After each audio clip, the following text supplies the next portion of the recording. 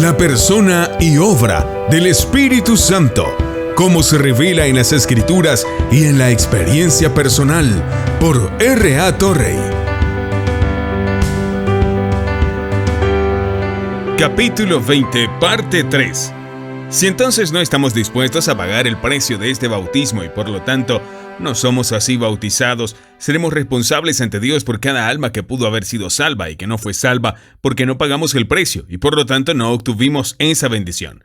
A menudo tiemblo por mí y por mis hermanos en el ministerio, y no solo por mis hermanos en el ministerio, sino por mis hermanos en todas las formas de obra cristiana, incluso la más humilde. ¿Por qué? Porque estamos predicando el error. No, hay muchos en estos días que están haciendo eso, y yo tiemblo por ellos. Pero eso no es lo que quiero decir ahora. Quiero decir que tiemblo porque no estamos predicando la verdad, porque es muy posible no predicar el error y, sin embargo, no predicar la verdad. Muchos hombres nunca han predicado una palabra de error en su vida, pero todavía no están predicando la verdad, y yo tiemblo por ellos. Quiero decir que tiemblo por aquellos de nosotros que no estamos predicando la verdad misma como es en Jesús, la verdad como está registrada en la palabra escrita de Dios, la verdad en su sencillez, su pureza y su plenitud. Pero quienes la predican con palabras persuasivas de la sabiduría del hombre y no en demostración del Espíritu y poder, predicando con la energía de la carne y no con el poder del Espíritu Santo. No hay nada más mortífero que el Evangelio sin el poder del Espíritu. La letra mata, pero el Espíritu vivifica. Es un asunto terriblemente solemne. Predicar el Evangelio desde el púlpito o de manera más silenciosa significa muerte o vida para aquellos que escuchan, y significa muerte o vida. Depende en gran medida de si lo predicamos con o sin el bautismo con el Espíritu Santo. Incluso después de que uno ha sido bautizado con el Espíritu Santo, no importa cuán definido sea ese bautismo, necesita ser lleno una y otra vez del Espíritu. Esta es la clara enseñanza del Nuevo Testamento. Todos fueron llenos del Espíritu Santo y comenzaron a hablar en otras lenguas cuando el Espíritu les dio expresión. Ahora uno de los que estuvo presente en esta ocasión y que por lo tanto estaba lleno en ese momento con el Espíritu Santo fue Pedro. De hecho, se destaca de manera más prominente en el capítulo como un hombre bautizado con el Espíritu Santo. Pero leemos en Hechos 4:8. Entonces Pedro, lleno del Espíritu Santo, dijo a ellos, etc. Aquí leemos de nuevo que Pedro estaba lleno del Espíritu Santo. Más adelante leemos que, estando reunidos y orando, todos estaban llenos del Espíritu Santo y hablaron la palabra de Dios con denuedo. Se nos dice expresamente en el contexto que dos de esos que estaban presentes eran Juan y Pedro. He aquí entonces una tercera instancia en que Pedro fue lleno del Espíritu Santo. No es suficiente que uno sea lleno del Espíritu Santo una vez. Necesitamos un renuevo para cada nueva emergencia en el servicio cristiano. El fracaso para darse cuenta de esta necesidad de renovaciones constantes con el Espíritu Santo ha llevado a muchos hombres que en un tiempo fueron usados grandemente por Dios, hechos completamente a un lado. Hay muchos hoy que alguna vez supieron lo que era trabajar en el poder del Espíritu Santo, que han perdido su unción y su poder. No digo que el Espíritu Santo los haya dejado, pero la manifestación de su presencia y su poder se ha ido. Una de las visiones más tristes entre nosotros hoy es la de los hombres y mujeres que una vez trabajaron para el Maestro con el gran poder del Espíritu Santo, que ahora son prácticamente inútiles, o incluso un obstáculo para la obra, porque están tratando de ir en el poder de la bendición recibida hace 1 año, o 5 años, o 20 años, por cada nuevo servicio que ha de realizarse, por cada nueva alma que ha de ser tratada, por cada nueva obra para Cristo que ha de realizarse. Así que por cada nuevo día y cada nueva emergencia de la vida y el servicio cristiano, debemos buscar y obtener una nueva llenura del Espíritu Santo. No debemos descuidar el don que está en nosotros, sino al contrario, encender de nuevo o avivar este don. Puede surgir la pregunta, ¿llamaremos a esta experiencia con el Espíritu Santo bautismo fresco con el Espíritu Santo? A esto responderíamos, la expresión bautismo con el Espíritu Santo nunca se usa en la Escritura. En una segunda experiencia, y hay algo de carácter iniciático en el mismo pensamiento del bautismo, Por lo que, si uno desea ser precisamente bíblico, parecería mejor no hacerlo, para usar el término bautismo en una segunda experiencia, pero limitándolo a la primera experiencia. Por otro lado, lleno del Espíritu Santo se usa en Hechos 2:4 para describir la experiencia prometida. En Hechos 1:5, donde las palabras usadas son seréis bautizados con el Espíritu Santo, es evidente por este y otros pasajes que las dos expresiones son prácticamente sinónimos. Sin embargo, si confinamos la expresión bautismo con el Espíritu Santo a nuestra primera experiencia, seremos más exactamente bíblicos. Y sería bueno hablar de un bautismo, pero de muchas llanuras. Pero preferiría mucho que uno hablara de bautismos nuevos o frescos con el Espíritu Santo, defendiendo la verdad fundamental de que necesitamos ser llenados repetidamente con el Espíritu Santo, antes que insistir una fraseología exacta que quisiera perder de vista, como la verdad de que se necesita un bautismo repetido. Es decir, prefiero tener la experiencia correcta con un nombre incorrecto que la experiencia incorrecta con el nombre correcto. Esto es tan claro como el día que necesitamos ser llenos una y otra vez del Espíritu Santo. A veces me preguntan, ¿han recibido la segunda bendición? Sí, y el tercero y cuarto y quinto y cientos. Y estoy buscando una nueva bendición hoy. Llegamos ahora a la pregunta de primera importancia práctica. ¿Qué se debe hacer para obtener el bautismo con el Espíritu Santo? Esta pregunta se responde de la manera más sencilla y la forma más positiva de la Biblia. En la Biblia se establece un camino sencillo que consta de unos pocos pasos sencillos que cualquiera puede dar, y es absolutamente seguro que cualquiera que dé estos pasos entrará en la bendición.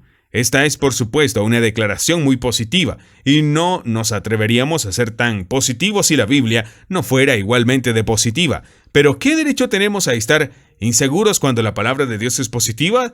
Hay 7 pasos en este camino. El primero es aceptar a Jesucristo como nuestro Señor y Salvador. Leemos en Hechos 2:38, arrepentíos y bautícese cada uno de ustedes en el nombre de Jesucristo para la remisión de sus pecados y recibirán el don del Espíritu Santo.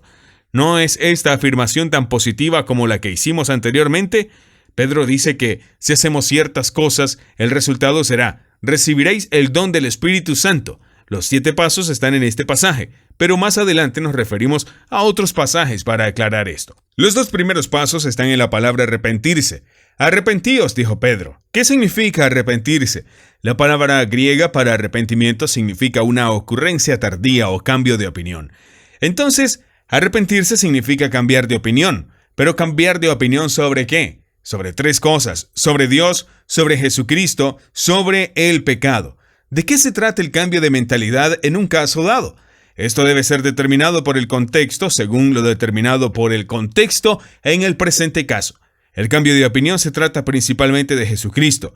Pedro acababa de decir en el versículo 36 que toda la casa de Israel sepa con certeza que Dios le ha hecho Señor y Cristo. Este Jesús a quien vosotros crucificasteis. Cuando escucharon esto, estaban dolidos de corazón, como bien podría ser, y dijeron a Pedro y al resto de los apóstoles: hermanos, ¿qué haremos?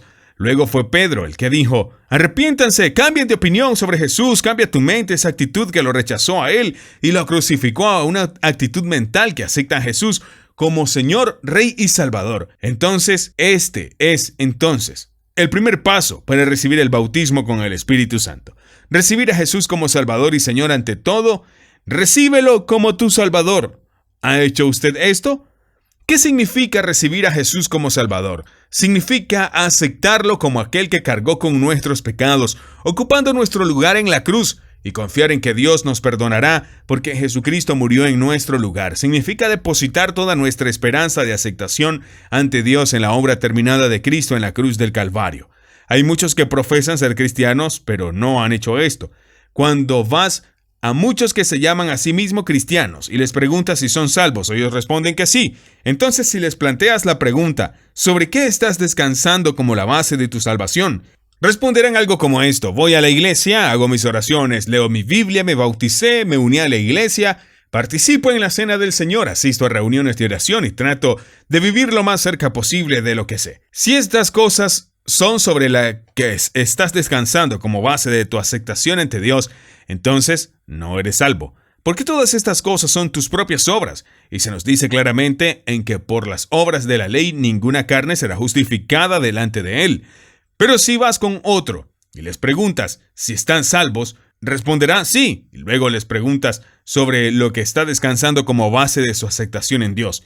Responden algo en este sentido: no estoy descansando en nada de lo que alguna vez hice, o en algo que alguna vez voy a hacer. Estoy descansando en lo que Jesucristo hizo por mí cuando cargó con mis pecados en su propio cuerpo en la cruz. Estoy descansando en su obra de expiación consumada. Si esto es en lo que realmente descansa, entonces es salvo.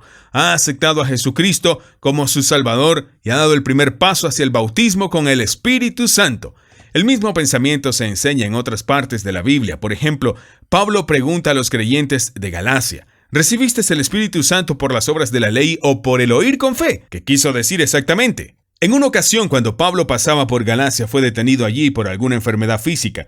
No se nos dice qué fue, pero en todo caso no estaba tan enfermo porque podía predicar a los Gálatas el Evangelio, o buenas nuevas, de que Jesucristo los había redimido de la maldición de la ley al convertirse en maldición en su lugar, al morir en la cruz del Calvario. Estos Gálatas creyeron en este testimonio. Este fue el oír con fe, y Dios puso el sello de su respaldo en su fe al darles como experiencia personal al Espíritu Santo.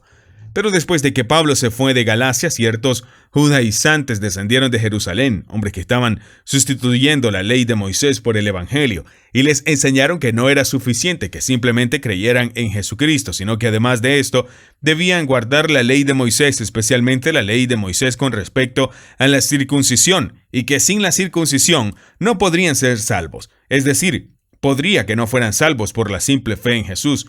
Estos jóvenes conversos de Galacia se disgustaron mucho. No sabían si eran salvos o no. No sabían lo que debían hacer y todo era confusión. Fue como cuando los judaizantes modernos se acercan y persiguen a los jóvenes convertidos y les dicen que además de creer en Jesucristo deben guardar el sábado mosaico del séptimo día, o no pueden ser salvos. Esta es simplemente la vieja controversia que estalla en un nuevo punto. Cuando Pablo escuchó lo que había sucedido en Galacia, se indignó mucho y escribió la epístola a los Gálatas simplemente con el propósito de exponer el error total de estos judaizantes. Les mostró cómo el mismo Abraham fue justificado antes de ser circuncidado, simplemente creyendo en Dios, y cómo fue circuncidado después de ser justificado como un sello de la fe que ya tenía mientras estaba en la incircuncisión. Pero además de esta prueba del error de los judaizantes, Pablo apela a su propia experiencia personal. Él les dice: ¿recibieron el Espíritu Santo, no es así? Sí. ¿Cómo recibieron el Espíritu Santo? ¿Al guardar la ley de Moisés o al oír con fe? La simple aceptación del testimonio de Dios acerca de Jesucristo, de que sus pecados fueron cargados sobre él y que así es justificado y salvo. Los Gálatas habían tenido una experiencia muy definida de recibir el Espíritu Santo, y Pablo lo apela y les recuerda cómo fue por el simple oír con fe que habían recibido el Espíritu Santo. El don del Espíritu Santo es el sello de Dios sobre la simple aceptación del testimonio de Dios acerca de Jesucristo, que nuestros pecados fueron cargados sobre él, y así confiar en que Dios nos perdonará y justificará. Este es entonces el primer paso para recibir el Espíritu Santo. Pero no solo debemos recibir a Jesús como Salvador, también debemos recibirlo como Señor. Hablaremos más de esto en relación con otro pasaje en el cuarto paso. El segundo paso en el camino que conduce a la bendición de ser bautizado con el Espíritu Santo es la renuncia al pecado. El arrepentimiento, como hemos visto, es un cambio de opinión sobre el pecado, así como un cambio de opinión sobre Cristo, un cambio de mentalidad de esa actitud que ama el pecado y se entrega al pecado, y cambiar esa actitud a la mentalidad que odia el pecado y renuncia al pecado. Ese es entonces el segundo paso a la renuncia del pecado. El Espíritu Santo es un Espíritu Santo y no podemos tenerlo a él y al pecado. Debemos elegir entre el Espíritu Santo y el pecado impío. No podemos tener ambos. El que no renuncia al pecado no puede tener el Espíritu Santo. No es suficiente que renunciemos a un pecado, o dos pecados, o tres pecados, o muchos pecados. Debemos renunciar a todo pecado. Si nos aferramos a un solo pecado conocido, nos alejará de la bendición. Aquí encontramos la causa del fracaso en muchas personas que están orando por el bautismo con el Espíritu Santo, yendo a convenciones y escuchando sobre el bautismo con el Espíritu Santo, leyendo libros sobre el bautismo con el Espíritu Santo, quizás pasando noches enteras en oración para el bautismo con el Espíritu Santo, y sin embargo no obtienen nada. ¿Por qué? Porque hay algún pecado al que se aferran. La gente a menudo me dice o me escribe cómo pedir el bautismo con el Espíritu Santo, y que han esperado años, 5 años, 10 años, 20 años. Un hombre dijo, hasta 20 años. ¿Y por qué no recibo? En muchos de esos casos me siento inducido a responder, es por el pecado. Y si pudiera mirar hacia tu corazón en este momento, mientras Dios mira dentro de tu corazón, podría señalar el pecado específico. Puede ser que lo que le agrada llamar un pequeño pecado. Pero no hay pequeños pecados. Hay pecados que se refieren a cosas pequeñas, pero todo pecado es un acto de rebelión contra Dios y por lo tanto ningún pecado es un pecado pequeño. Una controversia con Dios sobre la cosa más pequeña es suficiente para excluir a uno de la bendición.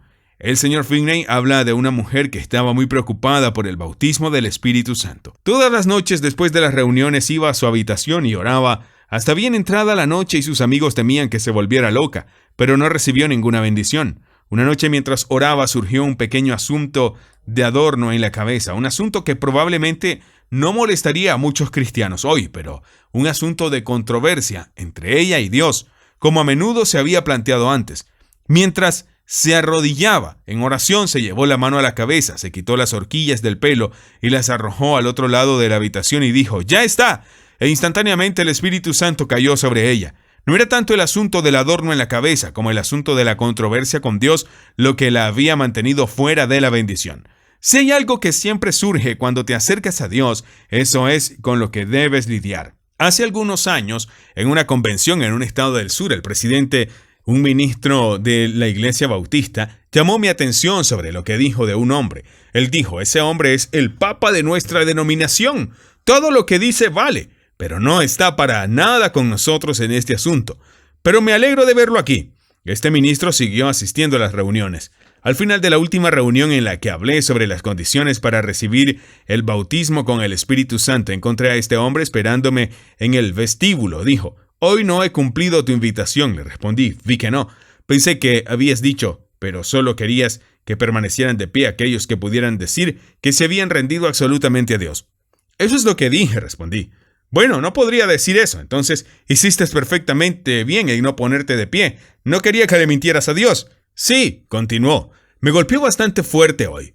Dijiste que si hay algo que siempre surge cuando te acercas a Dios, eso es lo que hay que afrontar. Ahora hay algo que siempre surge cuando me acerco a Dios. No les voy a decir de qué se trata.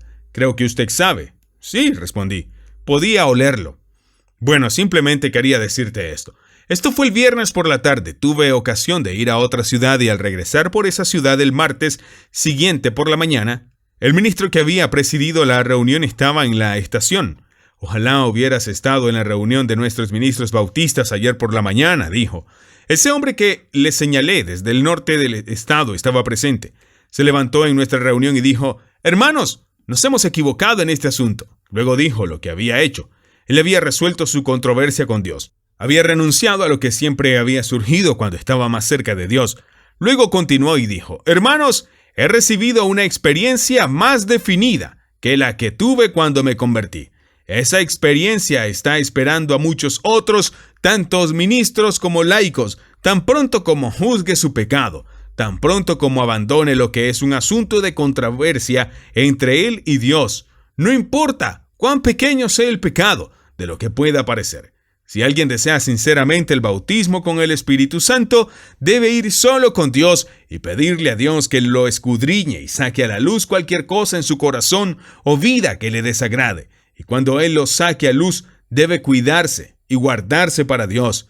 Si después de esperar sinceramente en Dios, nada sale a luz, entonces procederemos a dar el otro paso. El tercer paso es una confesión abierta de nuestra renuncia al pecado y nuestra aceptación de Jesucristo. Después de decirle a sus oyentes que se arrepintieran, Pedro continúa y les dice que sean bautizados cada uno de ustedes en el nombre de Jesucristo en remisión de pecados. El arrepentimiento de corazón por sí solo no fue suficiente. Debe haber una confesión abierta de ese arrepentimiento y Dios señala la forma de confesión del arrepentimiento que es el bautismo. Ninguno de aquellos a quienes Pedro habló habían sido bautizados alguna vez y por supuesto lo que Pedro quiso decir en ese caso fue el bautismo en agua. Pero supongamos que uno ya ha sido bautizado. ¿Entonces qué? Incluso en ese caso debe haber aquello que representa el bautismo, una confesión abierta de nuestra renuncia al pecado y nuestra aceptación de Jesucristo. El bautismo con el Espíritu Santo no es para el discípulo secreto, sino para el discípulo confeso, abierto. Sin duda hay muchos hoy que están tratando de ser cristianos en su corazón. Muchos que realmente creen que han aceptado a Jesús como su Salvador y su Señor y han renunciado al pecado, pero no están dispuestos a hacer una confesión abierta de su renuncia al pecado y su aceptación de Cristo. Una persona así no puede recibir el bautismo con el Espíritu Santo. Alguien puede preguntar, ¿no dan los amigos que no creen en el bautismo en agua evidencia de haber sido bautizados con el Espíritu Santo? Sin duda, muchos de ellos lo hacen, pero esto no altera la enseñanza de la palabra de Dios. Dios, sin duda, condesciende en muchos casos en los que las personas son engañadas en cuanto a la enseñanza de su palabra, su ignorancia, si son sinceras. El cuarto paso es la entrega absoluta a Dios. Esto se manifiesta en lo que ya se ha dicho sobre lo que debemos aceptar a Jesús como Señor y como Salvador. Se declara explícitamente en Hechos y nosotros somos sus testigos de estas cosas, y también el Espíritu Santo, que Dios les ha dado a los que le obedecen. Ese es el cuarto paso, obedécelo. Pero, ¿qué significa obediencia? Alguien dirá hacer lo que nos dijeron que es correcto, pero ¿cuánto nos dicen cosas que no meramente son correctas? Y una cosa, o dos cosas, o tres cosas, o cuatro, o todas las cosas. El corazón de la obediencia está en la voluntad. La esencia de la obediencia es la entrega de la voluntad a Dios.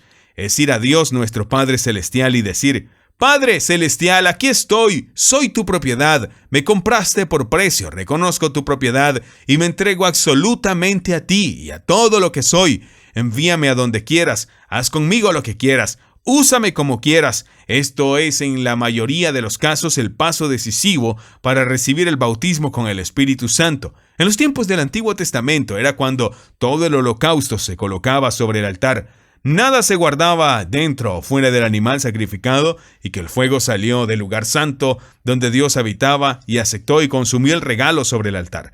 Y así es hoy, en el cumplimiento, cuando nos ponemos como una ofrenda agradable entera sobre el altar, sin guardar nada dentro o fuera de la espalda, que el fuego de Dios y el Espíritu Santo descienda del verdadero lugar santo, el cielo, del cual el lugar santísimo en el tabernáculo era simplemente un tipo de cielo, y acepta el regalo sobre el altar.